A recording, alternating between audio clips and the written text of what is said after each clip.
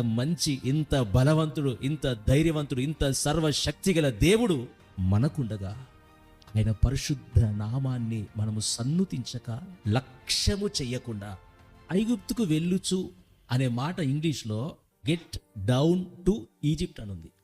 ఐగుప్తుకు దిగి అంటే మనమున్న స్థానము, విశ్వాసము, ఆ పరిశుద్ధత, ఆ తీర్మానం, ఆ వైరాగ్యం, ఆ రోషం నుండి దిగడానికి వీల్లేదు.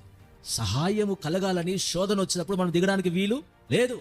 ఎందుకో మనం మోకరించి దేవుని సన్నిధిలో మొరపెడితే ఆయన మన పక్షాన కార్యం చేస్తాడు. Praise the lord.